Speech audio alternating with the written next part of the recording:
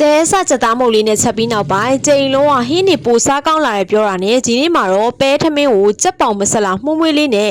ဤပြေချမောင်ဟင်းချိုလေးနဲ့ထပ်ပြီးလက်ဆွမ်းပြလိုက်ပါတယ်။ကဲအရင်ဆုံးတညရေစိန်ထားကလပ်ဘဲလေးပြုတ်ပါမယ်။ကလပ်ဘဲကတော့ဒါတဘူးကြော်တော့ရှိပါတယ်။ကြက်ပေါင်လေးတွေကိုလည်းဟိုဘက်ဒီဘက်ဓားလေးနဲ့မှုန်းထားမယ်။ပြီးရင်ဒီကြက်ပေါင်လေးတွေကိုရတာလေးနှက်ပါမယ်နော်။နံနွေးမုတ်လေးထည့်မယ်။တဲဆချက်သားမုတ်လေးထည့်ပါမယ်။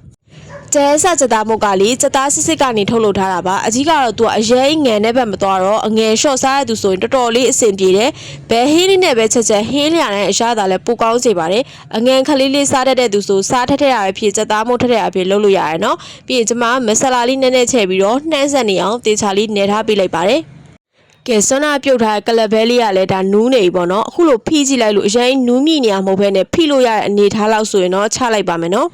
ကျမတော့အိမ်မှာထောဘက်ကနည်းနည်းလေးနဲနေတဲ့အတွက်ရိုးစီလေးနဲ့ထောဘက်လေးနဲ့မျှသုံးမယ်ပေါ့နော်ရိုးစီလေးထည့်လိုက်ပြီးတော့ပြီးရင်ထောဘက်ခဲလေးထည့်မယ်နော်ထောဘက်လေးပျော်သွားပြီဆိုရင်တော့ကရဝေးရွက်တေချဘိုးကောင်နနက်ပွင့်လေးထည့်ပြီးတော့သူ့မှွေးလာသည်ချင်းမှွေမယ်နော်စမ်းတော့ပေါ်ဆန်းမွေးဆန်3လုံးသုံးထားပါတယ်ပြုတ်ထားတဲ့ကလပ်ဘဲလေးထည့်မယ်ဆွမ်းနာတော့ထောဘက်စီလေးထည့်ပါမယ်ရတာအတွက်ကတော့စားရဲတကြားလေးနည်းနည်းရဲတဲအစချက်သားမှုလေးထည့်ပါမယ်နော်ဒီတဲအစချက်သားမှုကလေဝယ်ရလေတော်တော်လေးလွယ်ပါတယ်နီးစက်ရ Ocean City Man Marketplace Macro နဲ့အခြား Supermarket တွေပြင်မြို့နယ်မှာရှိတဲ့ကုန်းသုံးဆိုင်တွေ store ဆိုင်တွေမှာအလွယ်တကူဝယ်လို့ရပါတယ်ရေကတော့ကိုပုံမှန်ထမင်းဆက်တဲ့အတိုင်းထက်နည်းနည်းလေးပဲပို့ထည့်ပါရနော်ကဲပြီးရင်တော့သူ့ကိုဖုံးလေးအုပ်ပြီးတည်ထားပေးလိုက်ပါမယ်နော်ကဲပြီးရင်တော့ပဲထမင်းနဲ့တွဲစားဖို့အတွက်စက်သားမဆက်လာလေးရှယ်ချက်ပါမယ်စီပူလာရင်ကရဝေးရွယ်တစ်ချပိုးကောင်နဲ့ပွင့်ချဲမယ်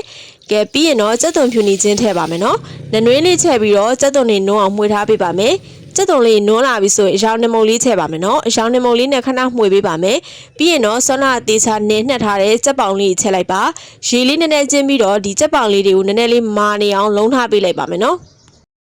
ပေါင်လေးတွေကမာပြီးတော့စီပြန်သွားပြီဆိုရင်တော့ရေချဲ့ပြီးအဖုံးအုပ်တည်ထားပေးပါမယ်ဒီကြားမှာကြက်ပေါင်လေးတွေဟိုဘက်ဒီဘက်လှန်ပေးတာတကယ်လို့မနူးသေးရေဖြည်းဖြည်းတည်ရလေးလုပ်ပေးပါနော်ကဲအခုဆိုရင်တော့ကြက်ပေါင်လေးကလုံးဝနူးမြည်သွားပြီပေါ့နော်အနံလေးကလည်းမှုေးနေရပါပဲကဲဒါဆိုရင်တော့နောက်ဆုံးမှာအီပြေးချမောင်ဟင်းချိုလေးတွားချက်ပါမယ်ကဲရေနွေးပွက်စုတဲ့ကိုကြက်သွန်ဖြူလေးထည့်မယ်ဒါငပိစိမ့်သားရေလေးကိုကြဲကြဲလေးဖြော်ထားလေးထည့်မယ်ပြီးရင်တော့စားလေးထည့်မယ်တဲဆကြက်သားမုတ်လေးထည့်ပါမယ်နော်ဒီတဲဆကြက်သားမုတ်ကကျမအခုသုံးတာဒါ20 gram အထုပ်သေးလေးနော်အထုပ်ကြီးဆိုရင်အခုလိုမျိုး180 gram ထုတ်ကြီးလက်ရှိရနော်သူကတော့အကြီးသေးနှစ်ဆိုင်လာပါတယ်ကဲအခုလိုမျိုးရေလေးကလည်းပွက်ပြီးရေကျသွားပြီဆိုရင်တော့ချမောင်ရွက်နဲ့မြစ်လေးခတ်ပေးလိုက်ပါမယ်ချမောင်ရွက်နဲ့မြစ်လေးနွန်းသွားပြီဆိုရင်တော့ရပါပြီနော်ကဲတဲထားတဲ့ပဲထမင်းလေးကလည်းကျက်ပြီဆိုတော့အားလုံးအစင်သစ်ဖြစ်ပါပြီစားလို့ရပါပြီကဲမိသားစုတွေနဲ့တူအိမ်မှာဒီလိုပဲထမင်းလေးချက်စားကြည့်ပါနော်ကြီးစုသူတွေအားလုံးကျေးဇူးတင်ပါတယ်ရှင့်နောက်နေ့လည်းနောက်ထပ်ဗီဒီယိုနဲ့တူပြန်လာခဲ့ပါမယ်နော်